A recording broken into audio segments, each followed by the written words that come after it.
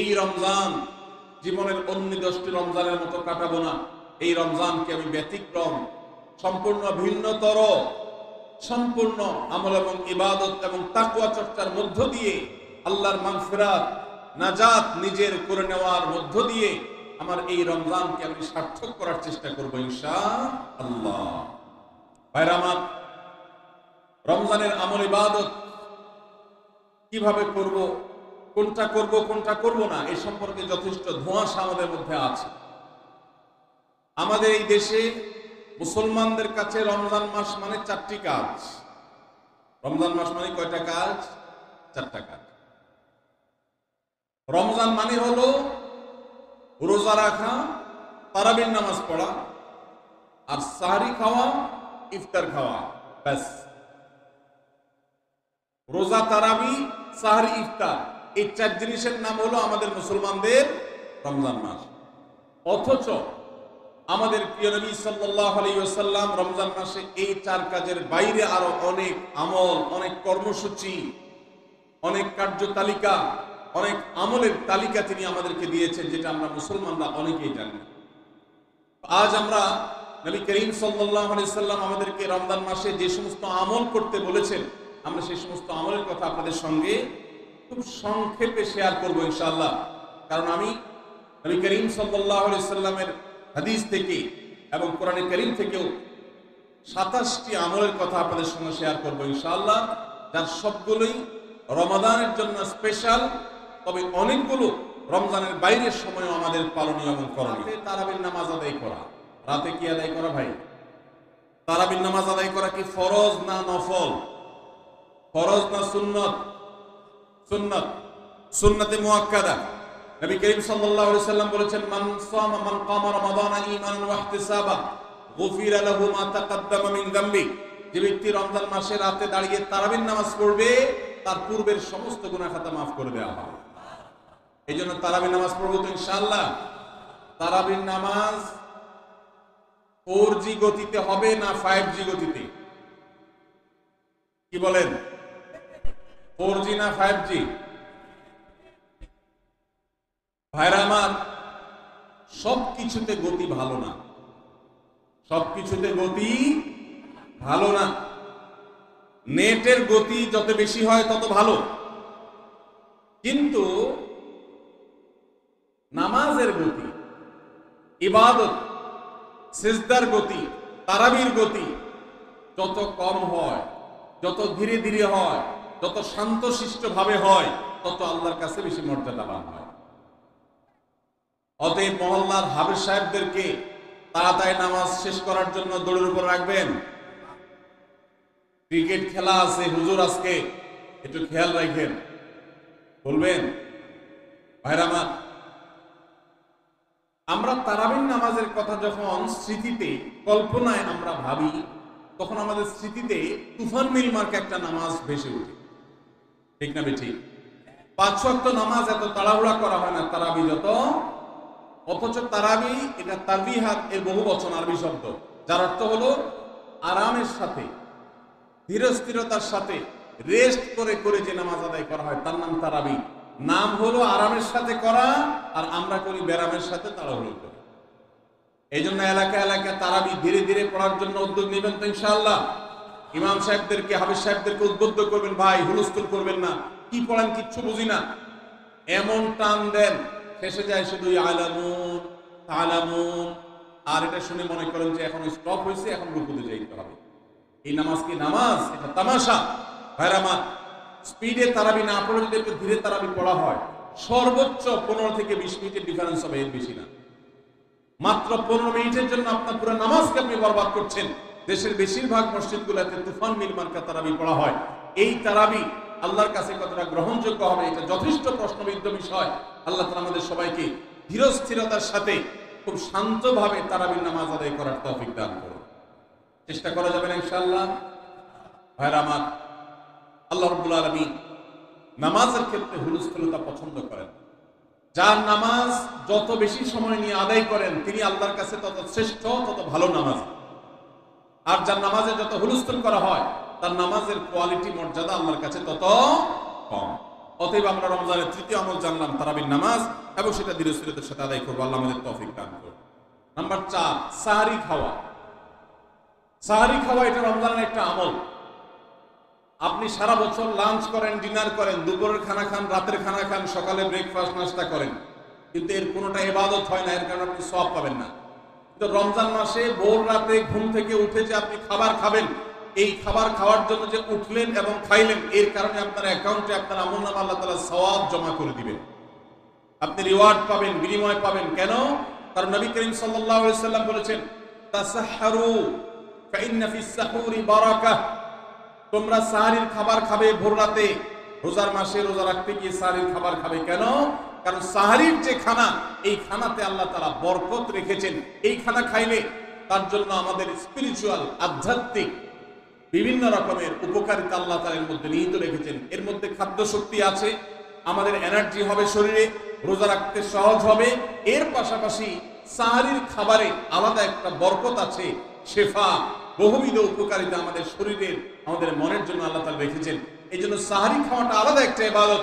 যদি আপনার সন্ধ্যা রাত্রে বেশি খাওয়া হয়ে যায়, সাহরিতে খানা খাওয়ার মতো মুড না থাকে, অন্তত এক ঢোক পানি, একটা খেজুর, সামান্য কিছু খেয়ে হলেও আপনি সাহরি খাবেন এবং তাতে আপনি সওয়াব পাবেন।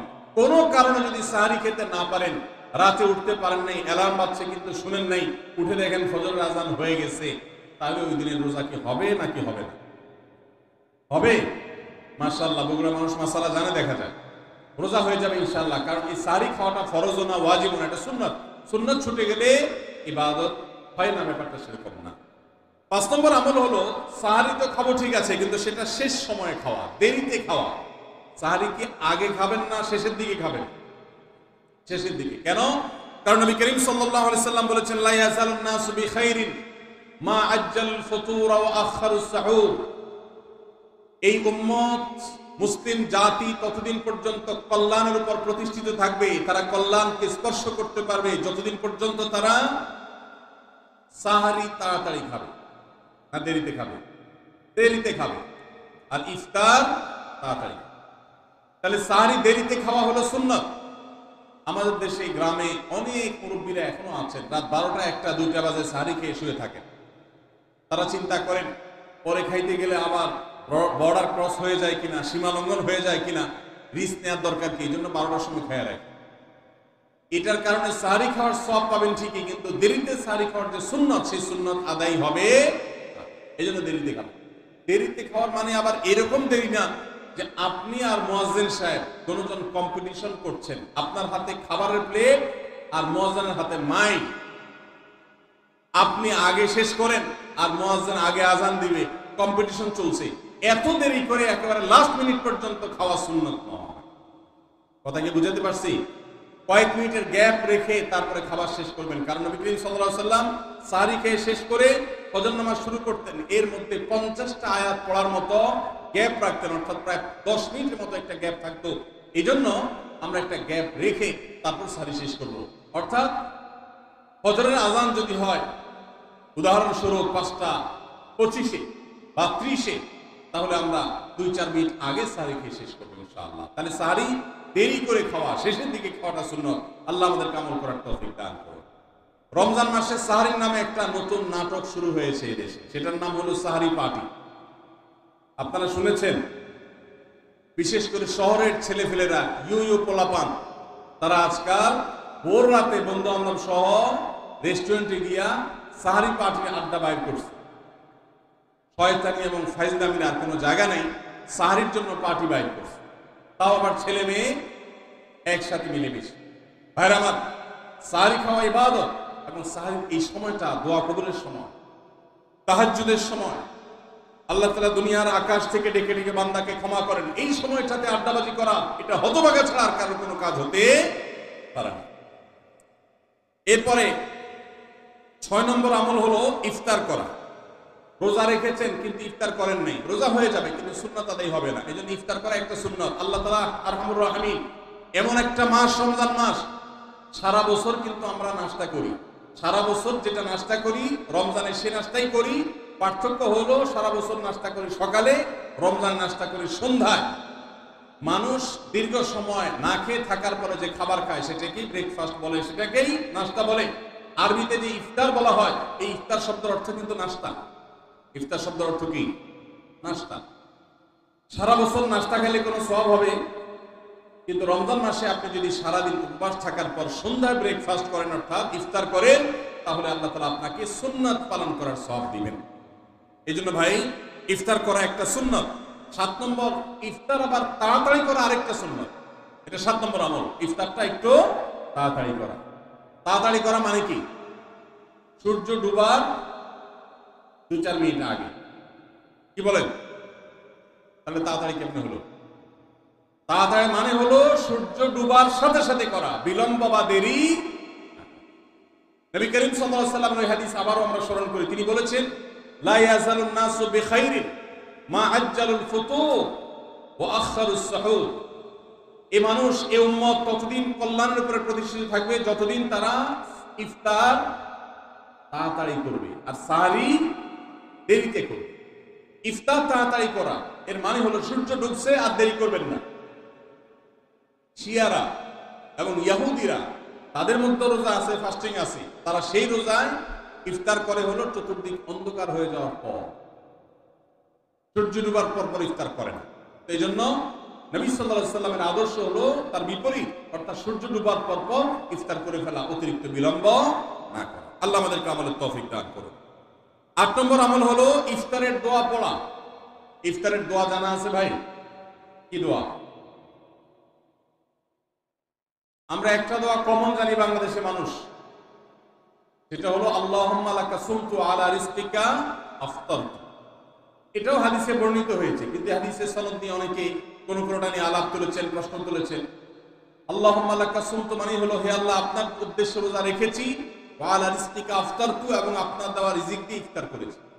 আর ইফতারের আরেকটা দোয়া হলো যাহাবাজ জামা ওয়াবতাল্লাতিল উরুক ওয়া সাবাতাল আজরু ইনশাআল্লাহ। এটা একটা দোয়া। যদি এগুলো দোয়ামূলক নয়, আমরা দোয়া বলছি, এটা মূলত আল্লাহর কাছ থেকে একটা প্রত্যাশা। এর অর্থ হলো যাহাবাজ জামা, আমার পিপাসা দূর হয়ে গেছে। ওয়াবতাল্লাতিল উরুক, আমার শিরা উপশিরাগুলো সব সিক্ত হয়ে গেছে। ওয়া সাবাতাল আজরু ইনশাআল্লাহ, এবং আল্লাহ চাহেন তো এই রোজার বিনিময় আমার সাব্যস্ত হয়ে গেছে আল্লাহর কাছে, এটা স্থির হয়ে গেছে। এটা হলো ইফতারের দোয়া। ইফতারের দোয়াটা কি ইফতারের আগে করব না পরে করব? ইফতারের দোয়াটা যারা ইফতারের আগে করার পক্ষে তারা হাত তোলেন। অল্প সংখ্যক মানুষ। আর বাকিরা সবাই কি পরের পক্ষে না মাঝখানের পক্ষেও আছেন লোক? সব পরের। মাশাআল্লাহ, সব সূক্ষ্ম সূক্ষ্ম মাসআলা দেখে গাবতলী মানুষ জানে, মাশাআল্লাহ, অনেক অগ্রসর দেখা যায়। আল্লাহ আমাদের সবাইকে দ্বীনের জন্য কবুল এবং মঞ্জুর করুন। মাশাআল্লাহ। ভাইরা আমার, ইফতারের দোয়াটা ইফতারের পরে করতে হয়, যেটা বেশিরভাগ মানুষ জানো না, কিন্তু আমি অবাক হলাম যে এখানে বেশিরভাগ মানুষ আপনারা জানেন। মাশাআল্লাহ, নলেজেবল মানুষ, বোঝা গেছে। ইফতারের দোয়ার অর্থের দিকে তাকালেই তো বোঝা যায় এটা আগে না পরে।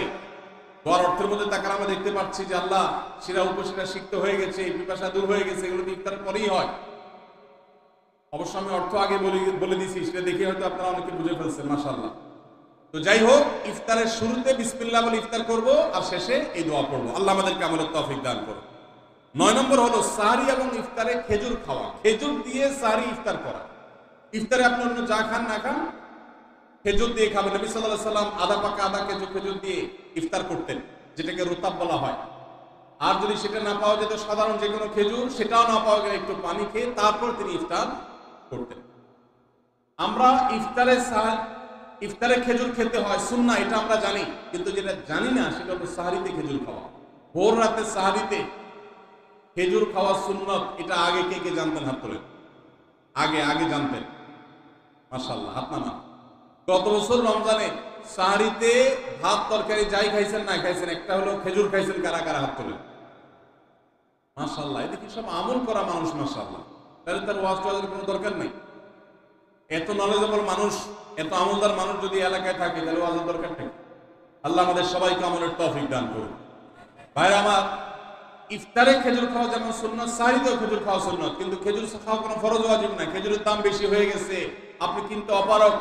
যদি একটা খেজুরের পুরো রমজানে না খান, আপনার রোজার কোনো অসুবিধা হবে তবে নবী সাল্লাল্লাহু আলাইহি সাল্লাম যেহেতু ইফতার এবং সাহারিতে খেজুর খেতেন, আর খেজুরে প্রচুর পরিমাণ সুগার আছে, উপকারী, যেটা মানুষের স্বাস্থ্যের জন্য উপকারী, প্রচুর পরিমাণ এনার্জি আছে, খাদ্য শক্তি আছে, সারাদিন রোজা রেখে আমাদের যে সুগারের ঘাটতি হয় সেটা পূরণ করার জন্য সহায়ক হয়। এই জন্য সাহারি এবং ইফতারে খেজুর খাওয়া এমনিতেও উপকারী। আর নবী সাল্লাল্লাহু আলাইহি সাল্লামের সুন্নাহ, তিনি বলেছেন নি'মা সাহুরুল মুমিনি আত-তামার, ইমানদারের সাহারির আইটেমের মধ্যে সবচেয়ে বেস্ট উত্তম হলো খেজুর। এই জন্য অন্য যাই খান না খান, একটু হলো, এক পিস হলো খেজুর খাবেন, ইনশাআল্লাহ সুন্নাত আদায় করার নিয়তে খেলে এই সুন্নাতটা আদায় হয়ে যাবে, আল্লাহ তাআলা তা চাহেন। তাহলে 9 নম্বর আমল পেলাম হলো সাহারি এবং ইফতারিতে খেজুর খাওয়া। 10 নম্বর আমল হলো সকল প্রকার পাপাচার বর্জন করা, গুনাহের কাজ থেকে বিরত থাকা। এইটা হলো রমজান মাসের দ্বিতীয় সর্বোচ্চ গুরুত্বপূর্ণ আমল। সিরিয়ালে আমরা 10 নম্বরে বলেছি, কিন্তু 27টা রমজানের স্পেশাল আমলের মধ্যে সবচেয়ে গুরুত্বপূর্ণ আমল হলো রোজা রাখা, আর দ্বিতীয় সর্বোচ্চ গুরুত্বপূর্ণ আমল হলো সব ধরনের পাপাচার বর্জন করা, গুনাহের কাজ ত্যাগ করা। যদি কেউ রমজানে রোজা রাখে আবার চোখ দিয়ে হারাম জিনিস মোবাইলে দেখে, স্ক্রিনে দেখে, পত্রিকার পাতায় দেখে, অফলাইনে দেখে, করোনার দিকে তাকায় থাকে, সে যদি কান দিয়া হারাম জিনিস শুনে, গান বাদ্য, এই সমস্ত কিছু সে যদি উপভোগ করে, তাহলে তার এই রোজা আর উপোস থাকার মধ্যে কোনো পার্থক্য। মনে রাখবেন, রোজা শুধু পেটের হয় না, রোজা চোখের হয়, রোজা কানের হয়, রোজা হাতের হয়, রোজা মুখের হয়, রোজা শরীরের প্রত্যেকটা অঙ্গ প্রত্যঙ্গের হয়। একজন মানুষ যখন তার পুরো শরীরে রোজা করে, সে যখন সকল অঙ্গ প্রত্যঙ্গ দিয়ে আল্লাহর আনুগত্য করে, আল্লাহর নাফরমানি থেকে বেরিয়ে আসে, তখন সে সত্যিকারের রোজাদার হয়।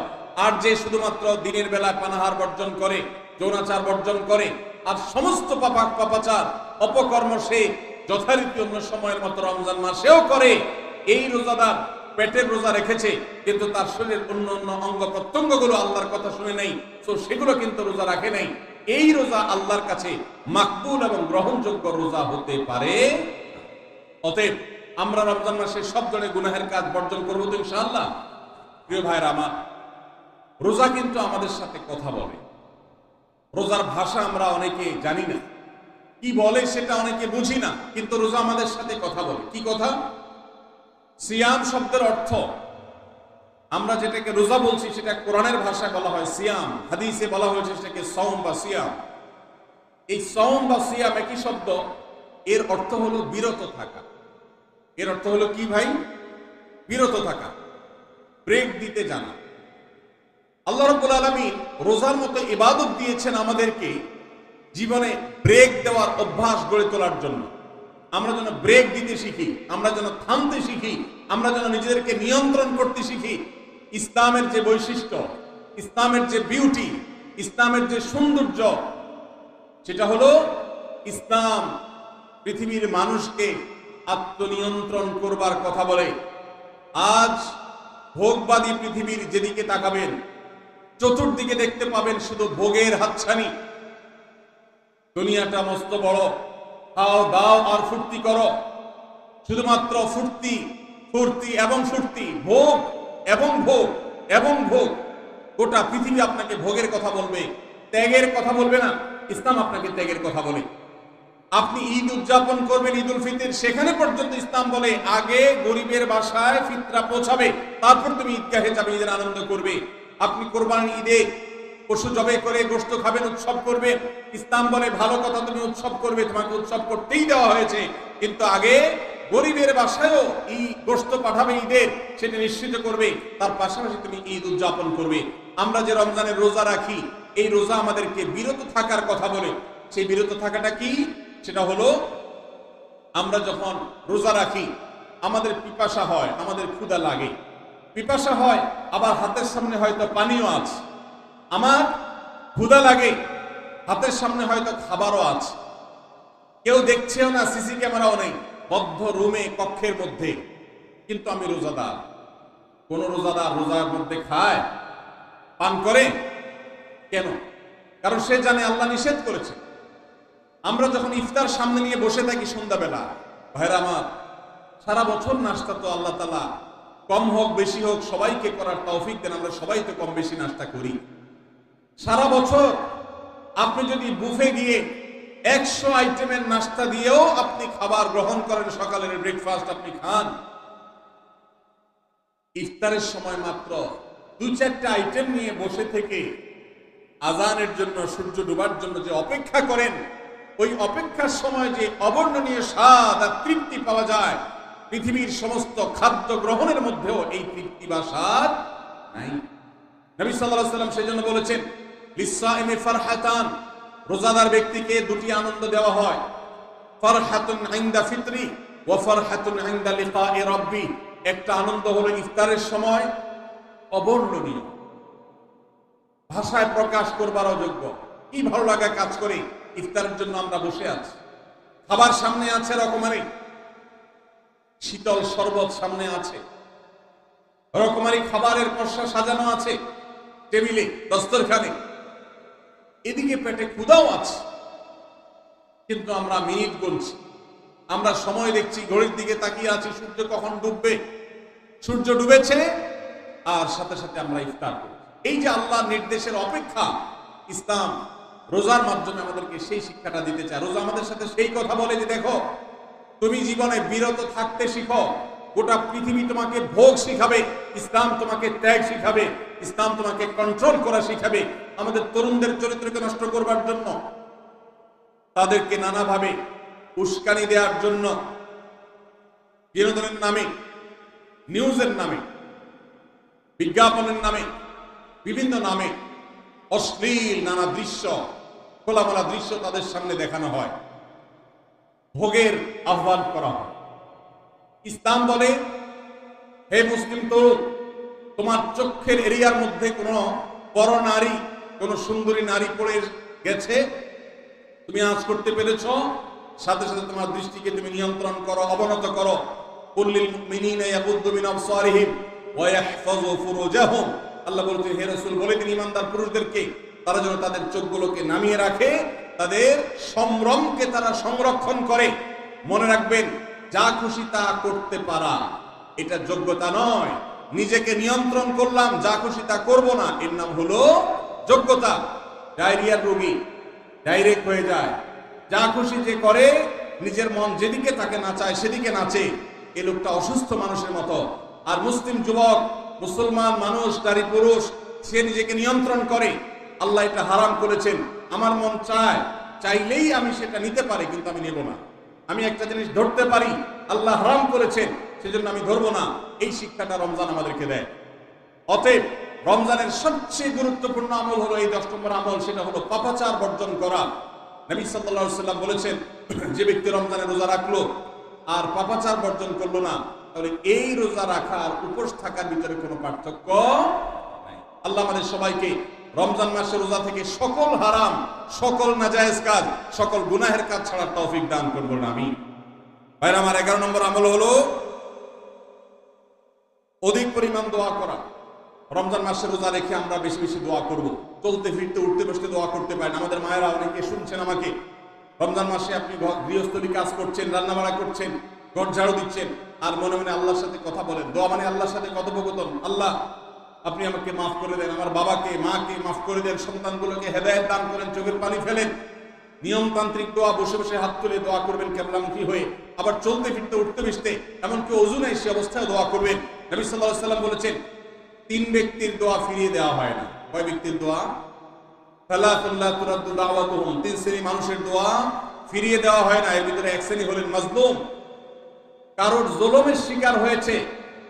এই ব্যক্তি জালেমের বিরুদ্ধে যে তার মনের আকুতি থাকে, বদদোয়া থাকে, আল্লাহ সুবহানাহু ওয়া তাআলা এটা ফিরিয়ে দেন না। এজন্য পৃথিবীর ইতিহাসের কোন জালিম আপনি দেখাতে পারবেন না যেই জালিমকে আল্লাহ ছেড়ে দিয়েছেন, আল্লাহ ছাড় দিয়েছেন কিন্তু চূড়ান্ত ভাবে ছেড়ে দিয়েছেন, এমন কোন জালিম আপনি দেখাতে পারবেন না। এজন্য ভাই, কখনো কোন অবস্থাতে কারোর প্রতি আমরা জুলুম করব না। আল্লাহ আমাদেরকে সেটা মানার তৌফিক দান করুন। তাহলে 3 ব্যক্তির দোয়া কবুল হয়, ফেরত দেওয়া হয় না। তার ভিতরে একজন হলো মাজলুম, যার প্রতি আপনি জুলুম করেছেন, সে আপনার বিরুদ্ধে যে বদদোয়া করে, এটা লাগবেই লাগবে, আজ হোক আর 2 দিন পরে। নাম্বার 2, মুসাফির, যে ব্যক্তি সফরে আছে, সফররত অবস্থায় সে যদি দোয়া করে, সেই দোয়া আল্লাহ তাআলা কবুল করেন। তিন নম্বর ধরনের রোজাদার ব্যক্তি আসসাইম হাত্তা ইউফতির, রোজাদার ব্যক্তি সারাদিন ভর রোজা করলে ইফতার রাগ পর্যন্ত, সারাদিন দোয়া করলে ইফতার রাগ পর্যন্ত তার দোয়া কবুল হয়। এই জন্য রোজা রেখে আমরা বেশি বেশি আল্লাহর কাছে দোয়া করবো ইনশাআল্লাহ। চলতে ফিরতে উঠতে বসতে মনে মনে আল্লাহর সাথে কথা বললেন, চাওয়া দাওয়াকে পেশ করলেন, বাস এটাই হলো দোয়া। এটা হলো আমাদের রমজান মাসের 11 নম্বর আমল, বেশি বেশি দোয়া করা। 12 নম্বর আমল হলো মিথ্যা এবং কাজ পরিহার করা। রমজানের সকল পাপাচার তো পরিহার করবই, বিশেষভাবে মিথ্যা কথা মিথ্যা কাজ পরিহার করা। কারণ নবী সাল্লাল্লাহু আলাইহি ওয়াসাল্লামের জন্য আলাদা নির্দেশ করেছেন, তিনি বলেছেন মাল্লাম ইয়াদা কাওলা যুরি ওয়াল আমালা বি ফালাইসা লিল্লাহি হাজা আন ইয়াদা তাআমাহু ওয়া শারাবা। যে ব্যক্তি রমজানের রোজা রেখে মিথ্যা কথা মিথ্যা কাজ ছাড়লো না, তার উপোস থাকায় আল্লাহর কোনো ঠেকা পড়ে নাই। 13 নম্বর আমল হলো অশ্লীলতা এবং বিবাদ বিতণ্ডা ঝগড়া এগুলো পরিহার করা। কারণ নবী করিম সাল্লাল্লাহু আলাইহি ওয়াসাল্লাম তিনি আমাদেরকে রমজান মাসে রোজা রেখে অশ্লীলতা পরিহার করতে বলেছেন। মোবাইলে হারাম জিনিস দেখলেন, টেলিফোন টেলিভিশনে হারাম জিনিস দেখলেন, বা কোনো পত্র পত্রিকাতে খারাপ জিনিস নিষিদ্ধ জিনিস দেখলেন, পর্নারীর সৌন্দর্য দেখে আপনি আরাম স্বাদ নেয়ার চেষ্টা করলেন, তাহলে আপনার রোজা অঙ্গহানি হলো, রোজা প্রাণহানি হলো। এই রোজা রোজা নয়। এই জন্য এটাকে রমজান মাসে পরিহার করতে হবে, অন্য সময় তো বটেই। এবং সেই সাথে কেউ যদি আপনার সাথে ঝগড়া করতে আসে, নবীজি শিখাই দিচ্ছেন ফালিয়াকুল ইন্নী সায়েম, কেউ রোজা রাখা অবস্থায় ঝগড়া করতে আসলে বলবেন ভাই আমি রোজাদার, আমি তোমার ঝগড়ার জবাব দিতে পারবো না। তাহলে ঝগড়া পরিহার করার জন্য রমজান মাসে আমরা এক্সারসাইজ করবো। 14 নম্বর, যে কোনো ভালো কাজ যে কোনো নেকামল রমজান মাসে বেশি বেশি করবেন। কেন? কারণ রমজানের শুরুতে একজন ঘোষক বলে ইয়া বাগিয়াল খায়রি আকবিল, হে ভালো কাজ প্রত্যাশী, যে ভালো কাজ করতে চাও, রমজান মাসটাই হলো ভালো কাজের সওয়াব বেশি পাওয়ার। অতএব এই মাসে ভালো কাজ করে, নেকামল করে, ইবাদত করে, কোরআন তেলাওয়াত জিকির আজকার যত রকম আছে এগুলো করে জান্নাতের পথে অগ্রসর হয়ে যাও। 16 নম্বর আমল হলো রোজাদারকে ইফতার করানো, অর্থাৎ নিজে ইফতার করার পাশাপাশি অন্য কোন রোজাদারকে ইফতার করালে আল্লাহ তাআলা ওই রোজাদার যে পরিমাণ সওয়াব পাবেন আপনাকেও সেই পরিমাণ সওয়াব দিবেন ইনশাআল্লাহ। 17 নম্বর আমল হলো বেশি বেশি কোরআনে কারীমের তেলাওয়াত করা। রমজান মাসে আল্লাহ তাআলা আমাদের সবাইকে, 15 নম্বর বাদ গেছে, মাশাআল্লাহ এত মনোযোগ সহকারে কথা বলছে এবং নোট করছে দেখা যাচ্ছে, তাহলে আমরা আবার পেছনে যাচ্ছি ইনশাআল্লাহ। 15 নম্বর আমল হলো বেশি বেশি ইস্তেগফার করা। বেশি বেশি কি করা? ইস্তেগফার করা, অর্থাৎ ক্ষমা প্রার্থনা করা। কেন ক্ষমা প্রার্থনা বেশি করবেন? কারণ নবী করিম সাল্লাল্লাহু আলাইহি সাল্লাম বলেছেন ওয়ালিল্লাহি উতাকাউ মিনান নার ওয়া যালিকা ফি কুল্লি লাইলা, রমজানের প্রত্যেক রাতে আল্লাহ তাআলা বহু মানুষকে জাহান্নাম থেকে মুক্ত ঘোষণা করেন। ভাইরা আমার, আমাদের পাপাচারের কারণে জাহান্নামীদের তালিকা নাম উঠে থাকলেও রমজানে আল্লাহ বহু মানুষকে ঠিক দেন যে এই লোককে জান্নাতি ঘোষণা করা হলো, জাহান্নাম থেকে মুক্ত ঘোষণা করা হলো। এই জন্য এই মাসে আল্লাহর কাছে বেশি বেশি মাফ চাইতে হয়, ইস্তেগফার করতে হয়, চোখের পানি ফেলে দোয়া করতে হয় যে আল্লাহ আপনি মাগফিরাত নসিব করেন। এটা হলো 15 নম্বর আমল। 16 নম্বর আমল হলো রোজাদারকে ইফতার করানো। নিজে ইফতার করবেন, পাশাপাশি রোজাদার ব্যক্তিকেও ইফতার করাবেন। নবী সাল্লাল্লাহু আলাইহি সাল্লাম বলেছেন যদি কোনো ব্যক্তি কোনো রোজাদারকে ইফতার করায়, তাহলে যেই ব্যক্তি তাকে ইফতার করাবেন তার রোজার সওয়াব তো সে পাবেই, আপনি ইফতার করায়া সমপরিমাণ সওয়াব লাভ করবেন ইনশাআল্লাহ। অতএব মসজিদে ইফতার দেওয়ার ব্যবস্থা করা যেতে পারে, রাস্তাঘাটে, বিশেষ করে পাবলিক পরিবহনে, এমনকি প্রাইভেট গাড়িতেও সন্ধ্যার সময় ইফতারের সময় অনেক সময় খাবার থাকে না, তখন আপনি রাস্তা দাঁড়িয়ে যদি সামান্য একটু খেজুর, সামান্য একটু পানি বিতরণ করতে পারেন, তাহলে সওয়াবটা পাওয়া যেতে পারে। আপনার বাসায় আশেপাশে অনেক অভাবী মানুষ আছে, তাদের বাসায় আপনি ইফতার পৌঁছে দিতে পারেন, এর মাধ্যমে রোজাদারকে ইফতার করানোর সওয়াব পেতে পারেন। 17 নম্বর আমল হলো বেশি বেশি কোরআনে কারীমের তেলাওয়াত করা। কোরআনে কারীমের তেলাওয়াত রমজান মাসে বেশি বেশি করব। কেন? কারণ হলো এই মাসটাই হলো কোরআন নাজিলের মাস। আল্লাহ তাআলা রমজান মাসে কোরআন নাজিল করেছেন। আল্লাহ বলেছেন শাহরু রমাদান আল্লাযী উনজিলা ফীহিল কুরআন হুদাল লিন-নাসি ওয়া বায়িনাতিন মিনাল হুদা ওয়াল ফুরকান। রমজান মাস এমন মাস যে মাসে আল্লাহ তাআলা কোরআন নাজিল করেছেন, এইজন্য এই মাসে বেশি বেশি কোরআন তেলাওয়াত করতে হবে। নবী করিম সাল্লাল্লাহু আলাইহি ওয়াসাল্লাম বেশি বেশি রমজান মাসে কোরআন তেলাওয়াত করতেন। আমাদের পূর্বসূরি সালাফগণ কেউ কেউ রমজান মাসে অন্য সব আমল কমিয়ে দিয়ে কোরআন তেলাওয়াতটা সবচেয়ে বেশি করতেন। এইজন্য দিনে এবং রাতে বেশি বেশি করে কোরআন শুদ্ধতার সাথে সৌন্দর্যের সাথে তেলাওয়াত করব, অর্থ সহকারে বুঝে পড়ার চেষ্টাও পাশাপাশি করবো ইনশাআল্লাহ।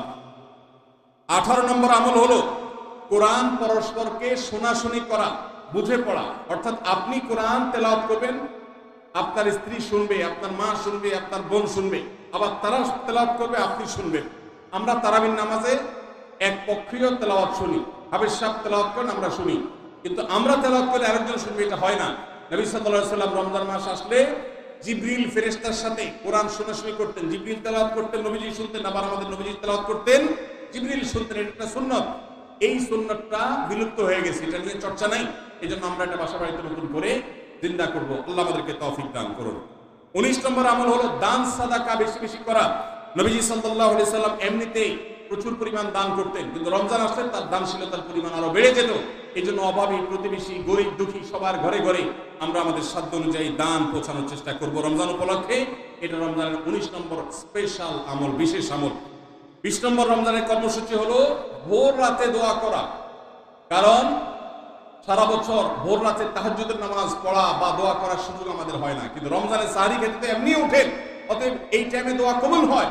24 ঘন্টার ভিতরে দোয়া কবুলের সবচেয়ে মুখ্যম সুযোগ, সবচেয়ে আদর্শ সময় হলো এই তাহাজ্জুদের সময়। ভাইরা আমার, ঢাকার একটি বড় কোম্পানি, বাংলাদেশের সবচেয়ে বড় শিল্প প্রতিষ্ঠান বললে ভুল হয়তো হবে না, অন্তত এটুকু বলা যায় যে প্রথম 3-4টি বড় প্রতিষ্ঠানের এরকম একটা প্রতিষ্ঠানের একজন কর্মকর্তা বছর 2-3 আগে আমার সাথে হঠাৎ দেখা। তিনি আমাকে দেখে বেশ আবেগ আপ্লুত হলেন এবং অনেকটা জড়িয়ে ধরলেন এবং বললেন, ভাই, আপনার একটি আলোচনা থেকে আমার জীবনের ভিতরে এমন এক পরিবর্তন আসছে যেটা অকল্পনীয়, অভাবনীয়। আমি একটু কৌতূহল হয়ে জানতে চাইলাম কোনটা সেটা। তখন তিনি বললেন, ভাই,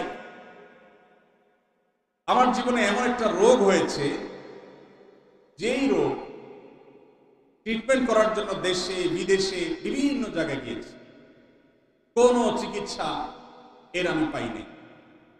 শেষ পর্যন্ত আশাহত হয়ে চাকরি ছেড়ে দিয়ে, শহর ছেড়ে দিয়ে গ্রামে গিয়ে বসবাস করা শুরু করছি এবং মৃত্যুর জন্য অপেক্ষা করি।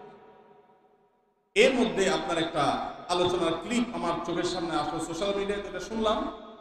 সে আলোচনাটা ছিল আল্লাহর কাছ থেকে অসাধ্য সাধন করার সময় হলো ভোর রাত তাহাজ্জুদের সময়। আমি এই আলোচনা পুরোটা শোনার পর ওই রাতেই আমি ঘুম থেকে উঠে ভোর রাতে তাহাজ্জুদ পড়ে আল্লাহর কাছে বুক ভাসিয়ে মন ভরে কাঁদলাম, দোয়া করলাম। ওই ভাই বললেন যে আমি এত দোয়া করলাম, দোয়া করতে করতে দীর্ঘ সময় আমি পরিতৃপ্ত হলাম, আমার দোয়া শেষ হয়ে গেল। এরপর দোয়া করে শেষ করার পর ফজর নামাজের সময় হয়ে গেছে, আমার ফিল হলো, অনুভব হলো যে আমার শরীরে আর কোনো রোগ বালাই এখন মনে হয় নাই। এবং তিনি গত 2 দিন আগেও তার সাথে আমি দেখা করলাম ঢাকায়, গতকালকে দেখা করলাম, 2 দিন আগে, মাত্র 1 দিন আগে দেখা করলাম। তিনি এখন সুস্থ সবল হয়ে আবার তার চাকরিতে ফিরে গিয়ে স্বপদে স্বমহিমায় আছেন। তিনি এক সহকর্মীকে ডেকে আমার সামনে বলছেন, এই তোমরা বলো তো, আমি আগে শারীরিকভাবে বেশি ফিট ছিলাম নাকি এখন বেশি ফিট? তখন তার সহকর্মী আমার সামনে বলছে, স্যার, আপনি আগে অনেক বেশি রাগারাগি করতেন, আপনি হট মেজাজি ছিলেন, অনেক বেশি অসুস্থ হয়ে যেতেন কিছু হলেই, কিন্তু এখন আপনি সে আগের সময়ের তুলনায় অনেক বেশি সুস্থ এবং ফিট। তিনি বললেন, ভাই, ভোর রাতের দোয়া প্রভাব এত বেশি, তাহাজ্জুদের সময়ের দোয়া এত গুরুত্বপূর্ণ যে এই এক দোয়া আমার জীবনকে আমূল পরিবর্তন করে দিয়েছে।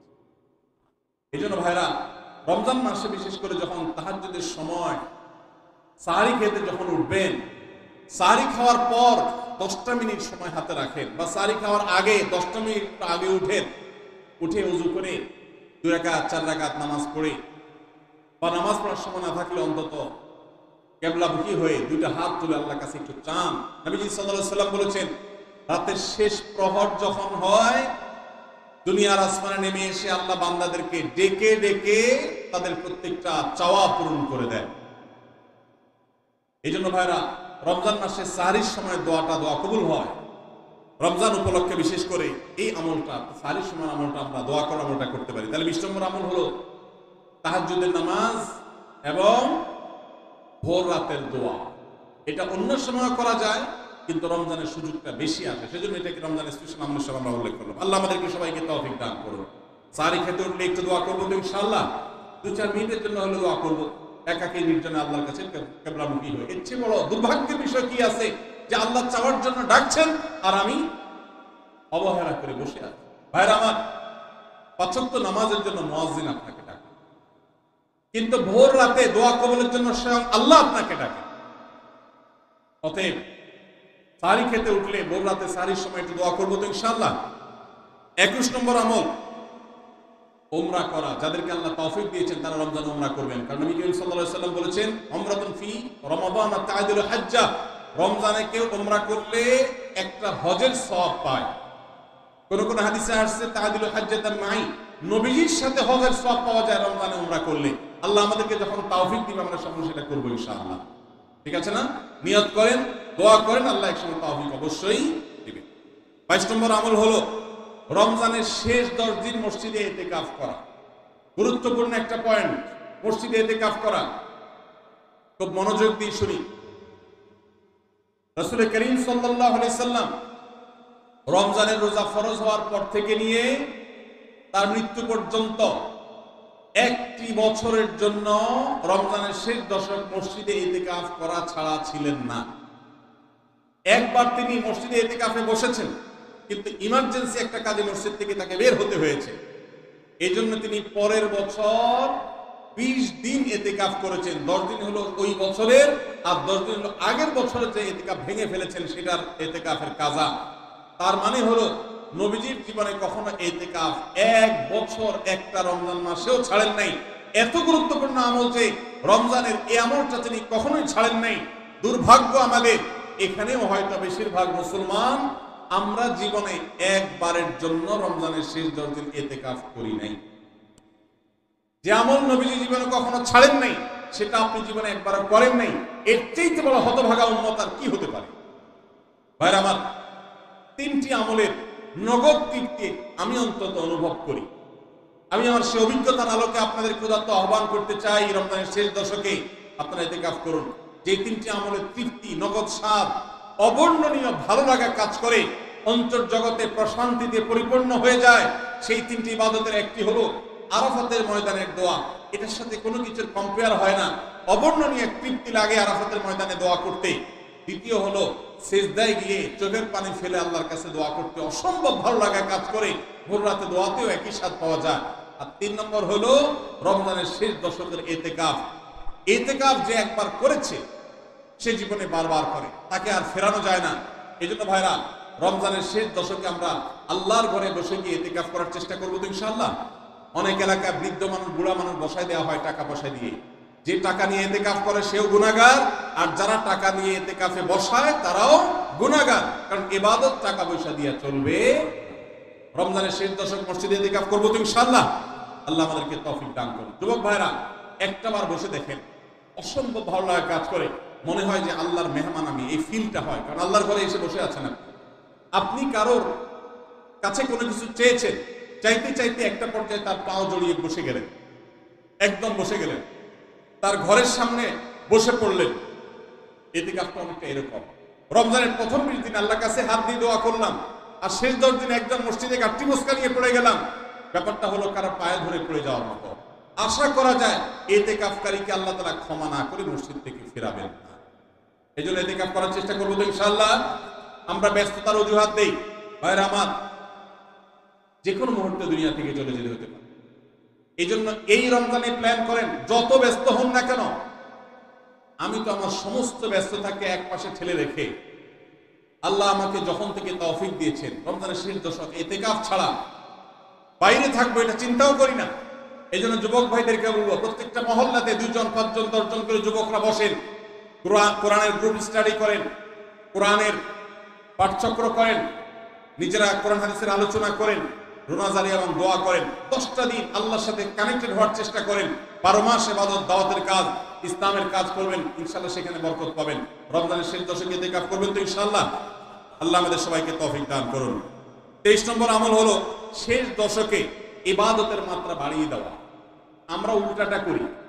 আমাদের দেশে রমজানের প্রথম দশকে মসজিদ ফুল হয়ে, বারান্দা ফুল হয়ে, রাস্তায়ও মুসল্লি দাঁড়ায়। আর 10 রমজান চলে গেলে 20 রমজান পর্যন্ত বাহিরের মুসল্লি কমতে কমতে বারান্দার মুসল্লি কমে ভিতরে চলে আসে। আর শেষ 10 দিনে আসলে, ঈদের দিনগুলো যখন কাছে আসে, তখন 5 ওয়াক্ত নামাজের ওই নিয়মিত মুসল্লি ছাড়া বাকিগুলো সব উধাও হয়ে যায়।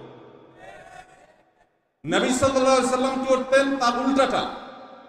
আমাদের আয়েশা বলেছেন কানা ইয়াজিতাহিদু ফীহি মা লা ইয়াজিতাহিদু ফী গায়রি। আমাদের নবীজি সাল্লাল্লাহু আলাইহি সাল্লাম রমজানের শেষ দশকে ইবাদতের জন্য যত কষ্ট করতেন, যত সাধনা করতেন, অন্য কোন সময় ইবাদতের জন্য এত সাধনা করতেন না। অথচ আমরা দেখা যায় শেষ দশক অবহেলা কাটাই। এজন্য ভাইরা, শেষ দশকে ইবাদতের পরিমাণ আরো বাড়িয়ে দিতে হবে, আমলের পরিমাণ বাড়িয়ে দিতে হবে। এটাই আল্লাহ তাআলার নির্দেশনা, সেটাই রমজানের শেষ দশকের আমল। 24 নম্বর আমল হলো শেষ দশকে পরিবারকে ঘুম থেকে ডেকে তোলা। এটা আলাদা সুন্নাহ। নবী সাল্লাল্লাহু আলাইহি ওয়াসাল্লাম রমজানের শেষ দশক হলে কানা ইদা দাখালাল আশর আহইয়া লাইলা ওয়া আইকাযা আহলা। তিনি পরিবারকে ঘুম থেকে ডেকে তুলতেন এবং স্ত্রী সঙ্গ ত্যাগ করতেন। শেষ দশক কোমর বেঁধে ইবাদত করতেন। এটা 24 নম্বর আমল। তাহলে শেষ দশক পরিবারকে ঘুম থেকে ডেকে তোলা। নবীজি অন্য কোন সময় ঘুম থেকে ইবাদতের জন্য ডাকতেন না, নফল নামাজ যার ইচ্ছা সে পড়বে, যার ইচ্ছা পড়বে না। কিন্তু শেষ দশক এত বড় অফার, এত বড় সুযোগ, কারণ লাইলাতুল কদর শেষ দশকে আছে। এই জন্য এই দশকে ইবাদতের জন্য পরিবারকে তিনি ডেকে তুলতেন। তারা শুয়ে থাকুক, তিনি এটা সহ্য করতেন না। এই জন্য 24 নম্বর আমল হলো রমজানের শেষ দশকে পরিবারকে ঘুম থেকে ডেকে তোলা এবং স্ত্রী সঙ্গ ত্যাগ করা শেষ দশকের জন্য। 25 নম্বর আমল হলো লাইলাতুল কদর অনুসন্ধান করা। রমজানের শেষ দশকের প্রত্যেকটা রাতে কিন্তু শবে কদর হতে পারে, বিশেষ করে বেজর রাতে 21, 23, 25, 27, 29 এই রাতগুলোতে লাইলাতুল কদর হওয়ার সম্ভাবনা অনেক জোরালো। সৌদি আরবের মানুষ তাদের বেজর রাতে তালাশ করবে, আমরা আমাদের বেজর রাতে তালাশ করব ইনশাআল্লাহ। নবীজি সাল্লাল্লাহু আলাইহি সাল্লাম বলেছেন যে তাহাল্লাউ লাইলাতুল কদর ফিল বিতি মিন আশরিল আওয়াখির মিন রমাদান। রমজানের শেষ দশকের বেজর রাতগুলোতে তোমরা শবে কদর হতে পারে সে আশা বেশি বেশি করে ইবাদত বন্দেগী করো। লাইলাতুল কদর ইবাদতকে আল্লাহ বলেছেন লাইলাতুল কদরে খায়রুম মিন আলফি শাহর। 1000 মাস, 1000 মাস ইবাদত করলে যে সওয়াব পাওয়া যাবে, লাইলাতুল কদরের এক রাতের ইবাদতের সওয়াব তার চাইতে বেশি হবে। সেই রাত কোনটা আল্লাহ নির্দিষ্ট করেন নাই। এইজন্য শেষ দশকের প্রত্যেকটা রাতে ইবাদত করার চেষ্টা করা, স্পেশালি বেজর রাতগুলোতে। 26 নম্বর আমল হলো লাইলাতুল কদরের আশায় বিশেষ দোয়া পড়া। সেটা কি? আল্লাহুম্মা ইন্নাকা আফুউন তুহিব্বুল আফওয়া ফাআফু আন্নী। আল্লাহ আপনি ক্ষমাশীল, আপনি ক্ষমাকে ভালোবাসেন, অতএব আমাদেরকে ক্ষমা করে দিন। এটা রমজানের শেষ দশকের প্রত্যেক রাতে পড়বেন। যে রাতটা একটু শান্ত শিষ্ট, একটু শীতল, একটু বৃষ্টি ভাব, একটু লাইলাতুল কদরের আবহাওয়া বোঝা যায়, সেই রাতকে লাইলাতুল কদর আশা করে, প্রত্যাশা করে বেশি বেশি দোয়া পড়বেন, আল্লাহুম্মা ইন্নাকা আফুউন তুহিব্বুল আফওয়া ফাআফু আন্নী। তাহলে 26 নম্বর আমল হলো লাইলাতুল কদরের দোয়া পড়া। আর 27 নম্বর সর্বশেষ আমল হলো ফিতরা আদায় করা। অর্থাৎ রমজান মাসের রোজাতে যদি ভুল ত্রুটি হয়, এটা রিফাইন্ডের কাজ হয়ে যায়, রিফ্রেশমেন্টের কাজ হয়ে যায় ফিতরার মাধ্যমে। প্রত্যেক সচ্ছল ব্যক্তি তার নিজের পক্ষ থেকে, নিজের স্ত্রী এবং নিজের ছোট বাচ্চাদের তরফ থেকে ফিতরা আদায় করবেন। প্রাপ্তবয়স্ক সন্তান থাকলে তারা তাদেরটা আদায় করবে, আর না হলে বাবা তাদেরটা আদায় করতে পারে। ফিতরা স্বরূপ গরিবদের বাসায় একদিনের খাবার এটা পৌঁছে দিতে হবে। এটা হলো ফিতরা। ঈদের নামাজের আগ পর্যন্ত এটা আদায় করার নির্দেশ নবী সাল্লাল্লাহু আলাইহি ওয়াসাল্লাম দিয়েছেন। তাহলে 27 নম্বর আমল হলো ফিতরা আদায়। এটার মাধ্যমে রমজানের আমল শেষ হয়ে যাবে। আমি আবার এক নজরে 27টি আমল আপনাদেরকে বলে দিচ্ছি। নাম্বার 1 চাঁদ দেখা, নাম্বার 2 রোজা রাখা, নাম্বার 3 তারাবির নামাজ আদায় করা, নাম্বার 4 সাহরি খাওয়া, 5 নম্বর আমল হলো শেষ সময় সাহরি খাওয়া, 6 নম্বর আমল হলো ইফতার করা, 7 নম্বর আমল হলো তাড়াতাড়ি ইফতার করা এবং 8 নম্বর আমল হলো ইফতারের দোয়া পড়া, 9 নম্বর আমল হলো সাহরি এবং ইফতারে খেজুর খাওয়া, 10 নম্বর আমল হলো রমজান মাসের সকল গুনাহ বর্জন করা, 11 নম্বর আমল হলো বেশি বেশি দোয়া করা, 12 নম্বর আমল হলো মিথ্যা কথা এবং কাজ পরিহার করা, 13 নম্বর আমল হলো অশ্লীলতা এবং ঝগড়া বিবাদ রমজানের রোজা রেখে না করা, 14 নম্বর আমল হলো ভালো কাজের পরিমাণ এই মাসে বাড়ায় দেওয়া, 15 নম্বর আমল হলো বেশি বেশি আল্লাহর কাছে ক্ষমা চাওয়া, কারণ মাসে আল্লাহ বেশি ক্ষমা করেন মানুষকে, 16 নম্বর আমল হলো অন্য রোজাদারকে ইফতার করানো, তাদের বাসায় ইফতার পাঠানো, আর 17 নম্বর আমল হলো বেশি বেশি কোরআন তেলাওয়াত করা, 18 নম্বর আমল হলো কোরআন নিজে পড়ে আরেকজনকে শোনানো, আবার তার তেলাওয়াত নিজে বসে শোনাশুনি করা, 19 নম্বর আমল হলো দান সাদেকা করা, 20 নম্বর আমল হলো তাহাজ্জুদ এবং বিশেষ করে ভোর রাতে সারি খেতে উঠে দোয়া করা, আর 21 নম্বর আমল হলো উমরা করার সামর্থ্য থাকলে, 22 নম্বর আমল হলো ইতিকাফ করা শেষ দশকে, 23 নম্বর আমল হলো শেষ দশকের বেজর রাতে, শেষ দশকের প্রত্যেকটা রাতে ইবাদতের পরিমাণ বাড়িয়ে দেওয়া এবং বিশেষভাবে রাত্রি জাগরণ করা শেষ দশক, আর 24 নম্বর আমল হলো শেষ দশকে নিজের পরিবারকে ঘুম থেকে ডেকে তোলা, স্ত্রী সঙ্গ ত্যাগ করা, 25 নম্বর আমল হলো লাইলাতুল কদর অনুসন্ধান করা, 26 নম্বর আমল হলো লাইলাতুল কদর বিশেষ দোয়া পাঠ করা, আর 27 নম্বর আমল হলো ফিতরা দেওয়া।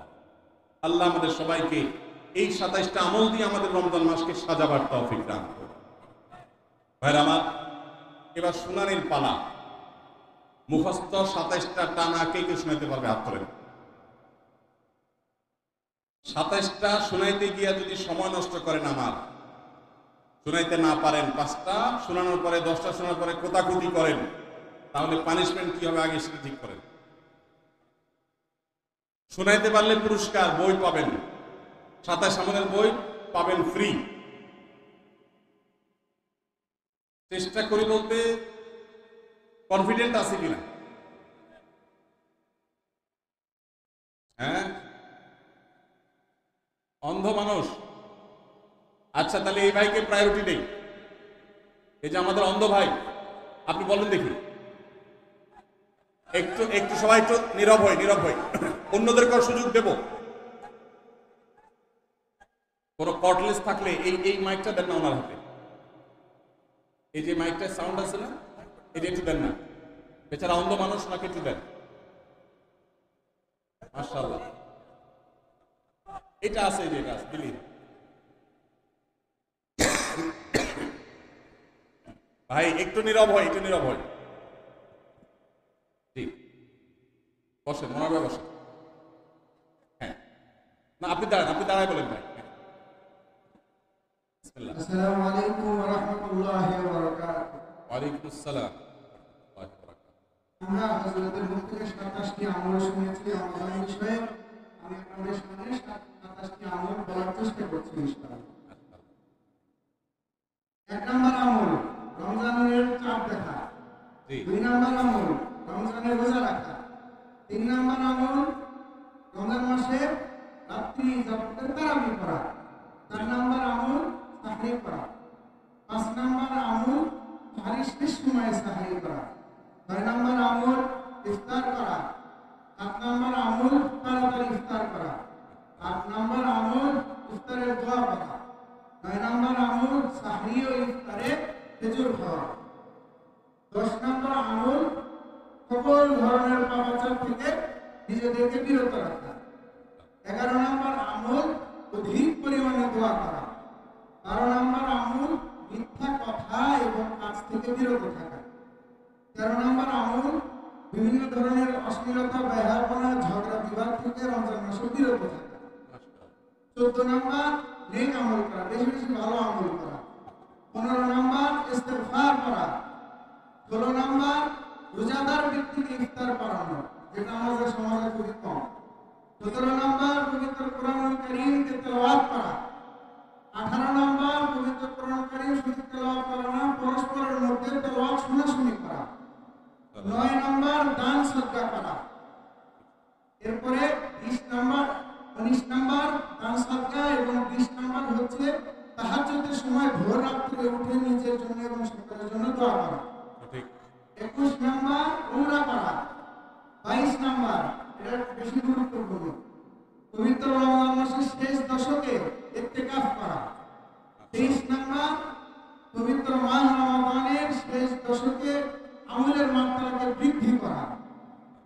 24 নম্বর রমজানের শেষ দশকে ঈদের শপিং আনন্দ উল্লাস ভুলে পরিবার পরিজনকে ডেকে তুলে বেশি থেকে বেশি আমল করা। 25 নম্বর পবিত্র মাস রমাদানের শেষ দশকে লাইলাতুল কদরকে সন্ধান করা।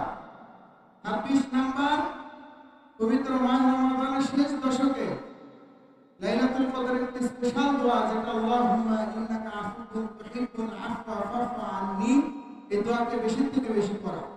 এবং 27 নম্বর পবিত্র যে ফিতরার যে বিধান আমাদের উপর রয়েছে, আল্লাহু আকবার, নারায়ে তাকবীর, নারায়ে তাকবীর।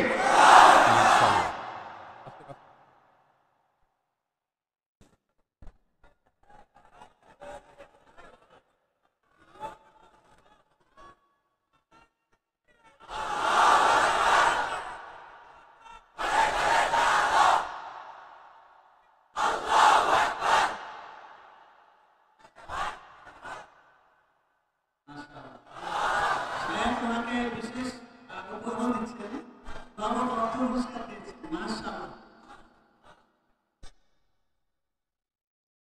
মাশাআল্লাহ মাশাআল্লাহ। কি নাম ভাই আপনার? নাকি মাইকটা দেন একটু।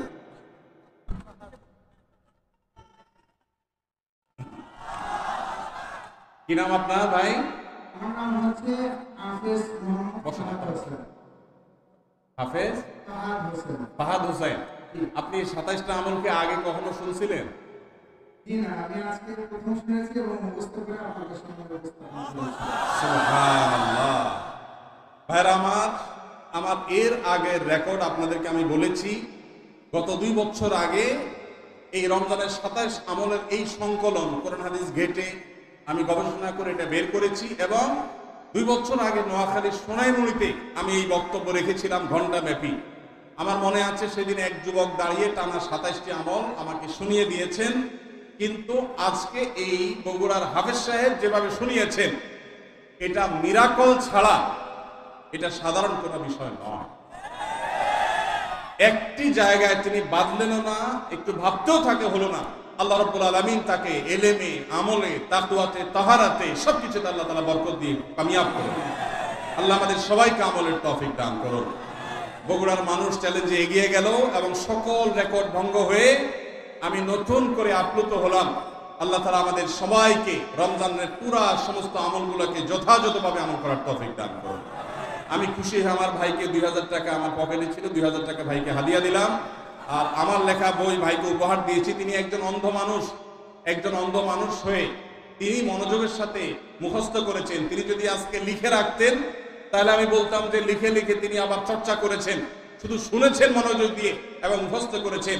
ওয়াজ মাহফিল তো এরকম হওয়া দরকার যে ওয়াজ মাহফিলে কথা শুনবে সেটা আবার শোনাবার মতো যোগ্যতা থাকবে, এভাবে শুনবে। আল্লাহ আমাদের সবাইকে সেভাবে শোনার তৌফিক দান করুন।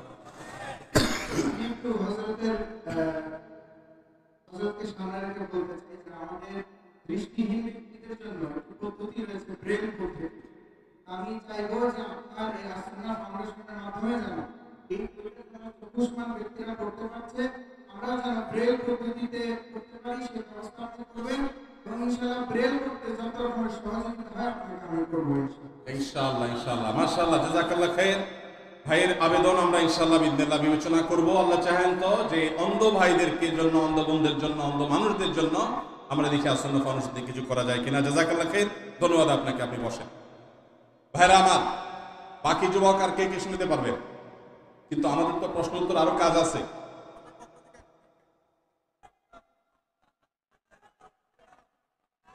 আচ্ছা বসেন, আমি এখন একটা চ্যালেঞ্জ দিই।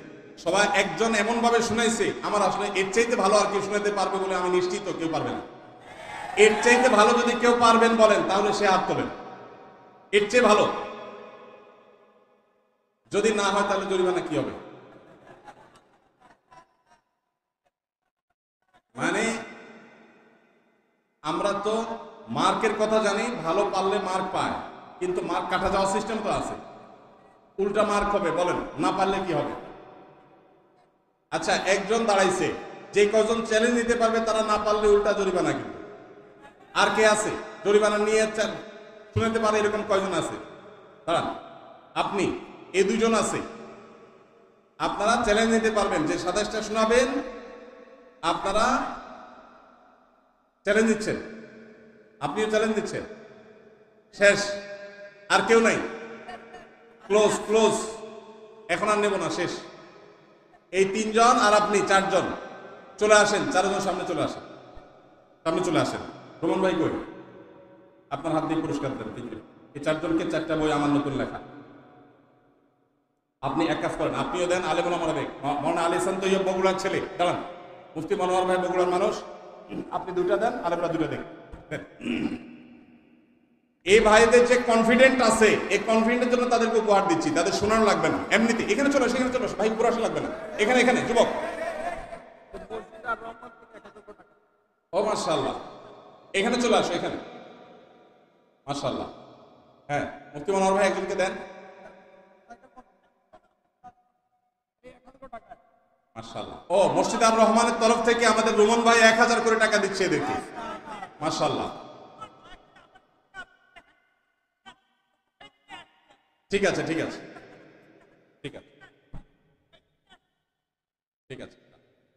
আসো, ওর উপরে আসতে দেখ। ঠিক আছে ভাই, ও ভাইরাত থেকে নেন।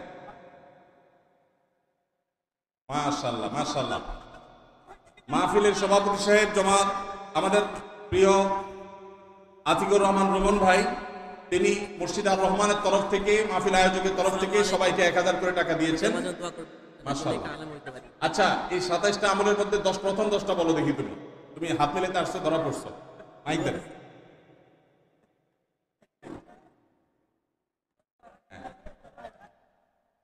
বলো। একটু বসেন বসেন। শাবানের 29 তারিখ রমজানের তাদের জন্য তালাশ করা। 2 নাম্বার রমজান মাসে রোজা রাখা। 3 নাম্বার তারাবির নামাজ পড়া। 4 নাম্বার সাহারি করা। 5 নাম্বার শেষ সময় সাহারি করা। 6 নাম্বার ইফতার করা। 7 নাম্বার দ্রুত ইফতার করা। 8 ইফতারের দোয়া করা। 9 সাহারি ও ইফতারের সুযোগ খাওয়া। 10 সকল প্রকার পাপাচার বর্জন করা। মাশাআল্লাহ, সঠিক সঠিক উত্তর। কি নাম তোমার? রাফি। কি করো? আমি এবারে পরীক্ষার্থী। এসএসসি পরীক্ষার্থী। আল্লাহ তোমাকে ভালো ফলাফল করার তৌফিক দান করুক।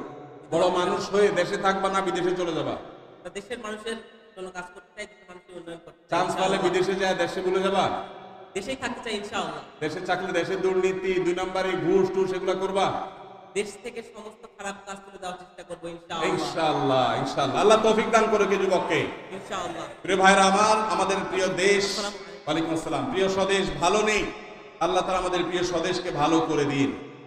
আমাদের এই দেশে যত প্রকার অনাচার আছে, যত প্রকার অন্যায় আছে, যত প্রকার অবিচার আছে, এগুলোকে ধুয়ে মুছে সমুদ্রে নিক্ষেপ করতে হবে ইনশাআল্লাহ। আল্লাহ আমাদের সবাইকে সততার সাথে প্রত্যেককে যার যার জায়গায় কাজ করার তৌফিক দান করুন। আমাদের এই প্রিয় স্বদেশকে, প্রিয় মাতৃভূমিকে সকল অনাচার মুক্ত আল্লাহ তাআলা করে দিন। মাশাআল্লাহ, এরকম তরুণরা যদি দাঁড়িয়ে যায়, তারা যদি আদর্শবান হয়, নীতিবান হয়, ইসলামের আলো দ্বারায় আলোকিত হয়, উজ্জ্বল হয়, ইনশাআল্লাহ দেশের চেহারা বদলাতে সময় লাগবে না। ইনশাআল্লাহ দ্রুততার সাথে সময় পরিবর্তন হবে। আল্লাহ তাআলা আমাদের এই দেশকে ফুলে ফলে ফসলে সার্বিকভাবে অর্থনীতিতে সব দিক থেকে নিরাপত্তায় আল্লাহ তাআলা সমৃদ্ধ করে দিন।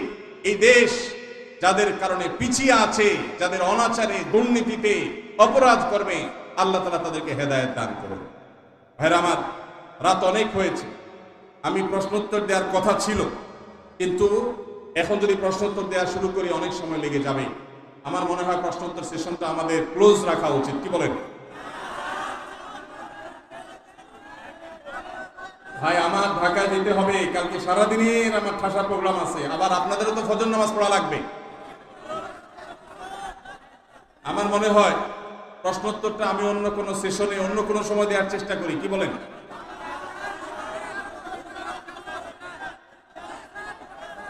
এক কাজ করেন, শুনেন ভাই, বাঙালি ওয়াজ শোনায় উস্তাদ। ফজর নামাজ ছুটলে ছুটুক, ওয়াজ ছুটা যাবে না। 10:30 বাজে, আমি 10:10 পরে সাধারণত আলোচনা করি না। অনেক লম্বা সময় কথা হয়েছে, প্রায় 1.5 ঘন্টা আলোচনা হয়েছে আলহামদুলিল্লাহ। আচ্ছা, কয়েকটা প্রশ্নের উত্তর দেই আমি, কয়েকটা প্রশ্নের উত্তর আপনারা এলোমেলো করবেন না। যাদের অসুবিধা হয়, মুরব্বীরা বা যারা যেতে চান তাদেরকে ছেড়ে দেন, আর বাকিরা একটু বসেন, নীরবে বসেন। আমরা সংক্ষেপে কয়েকটা প্রশ্ন উত্তর দিয়ে শেষ করি ইনশাআল্লাহ। জান্নাত প্রত্যাশী মানুষ জান্নাতের পথে এগিয়ে যাওয়ার জন্য যে পরিমাণ নেক আমল, যে পরিমাণ ইবাদত, যে পরিমাণ তাকওয়ার চর্চা করার কথা, শয়তানের প্ররোচনার কারণে, আমাদের ঈমানের দুর্বলতার কারণে, নানা কারণে সেটাতে আমরা পিছিয়ে থাকি। বছরের 11 মাস আমল এবং ইবাদতে আমাদের যে ঘাটতি হয়, আমরা যতটুকু পিছিয়ে থাকি, যতটুকু অভাব এবং শূন্যতা সৃষ্টি হয়, সারা বছরের আমল এবং ইবাদতের ঘাটতিকে পুষিয়ে নেওয়ার জন্য আল্লাহ রাব্বুল আলামিন 2টি বৃহৎ ইবাদতের মৌসুম দিয়েছেন আমাদেরকে। তার সবচেয়ে বড় মৌসুম আমাদের দোরগোড়ায় উপস্থিত, সেটি হলো রমজান মাস।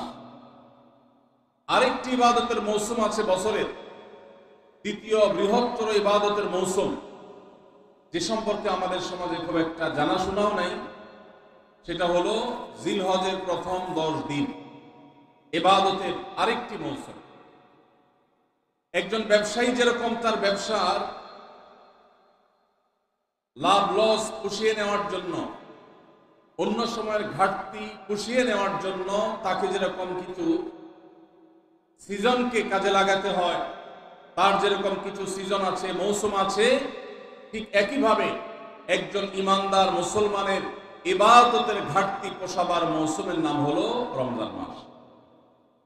প্রিয় ভাইরা আমার, এই রমজান মাস পাওয়ার পরও যদি কেউ 11 মাসের ইবাদতের ঘাটতি পুষিয়ে নিতে না পারে, এই রমজান মাস পাওয়ার পরও যদি কেউ আল্লাহর কাছ থেকে নিজের মাগফিরাত আদায় করে নিতে না পারে, আমাদের নানা অপরাধ গুনাহ পাপাচারের কারণে হয়তো জাহান্নামীদের তালিকায় আমাদের নাম চলে গেছে, সেই নাম কাটাবার সবচেয়ে সুবর্ণ সুযোগ আমাদের দোরগোড়ায় উপস্থিত রমজান মাস।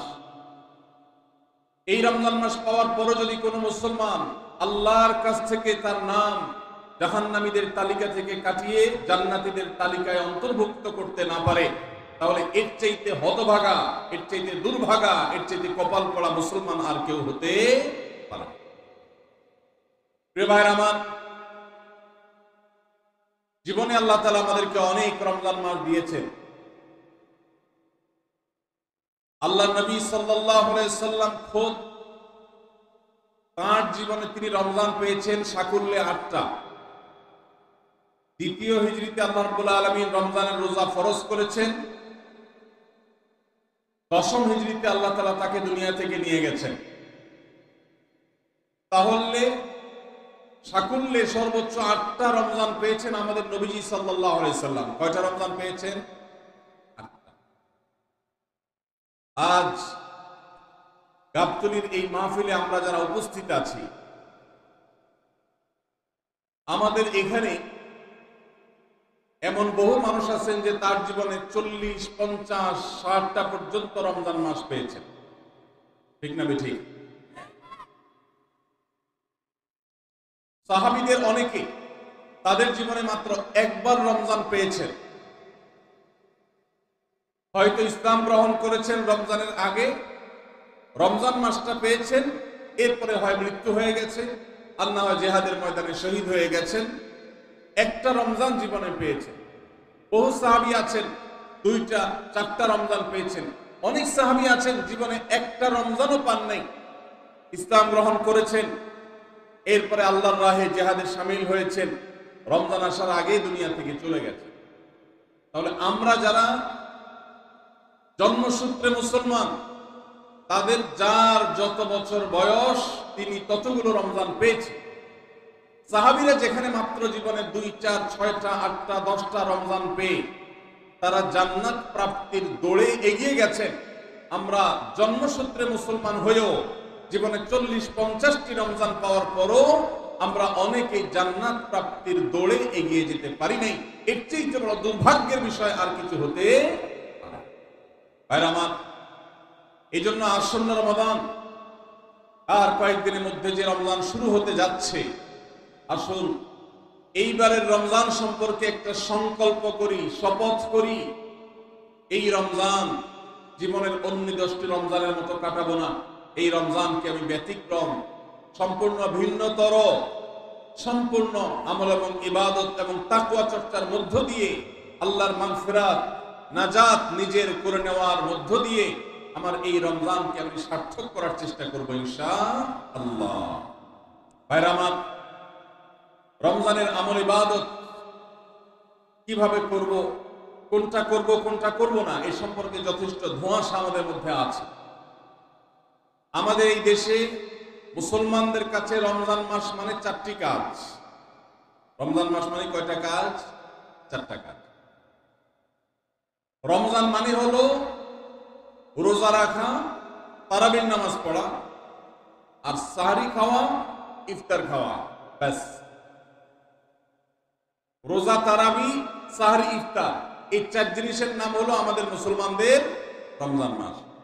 অথচ আমাদের প্রিয় নবী সাল্লাল্লাহু আলাইহি ওয়াসাল্লাম রমজান মাসে এই 4 কাজের বাইরে আরো অনেক আমল, অনেক কর্মসূচি, অনেক কার্যতালিকা, অনেক আমলের তালিকা তিনি আমাদেরকে দিয়েছেন, যেটা আমরা মুসলমানরা অনেকেই জানি না।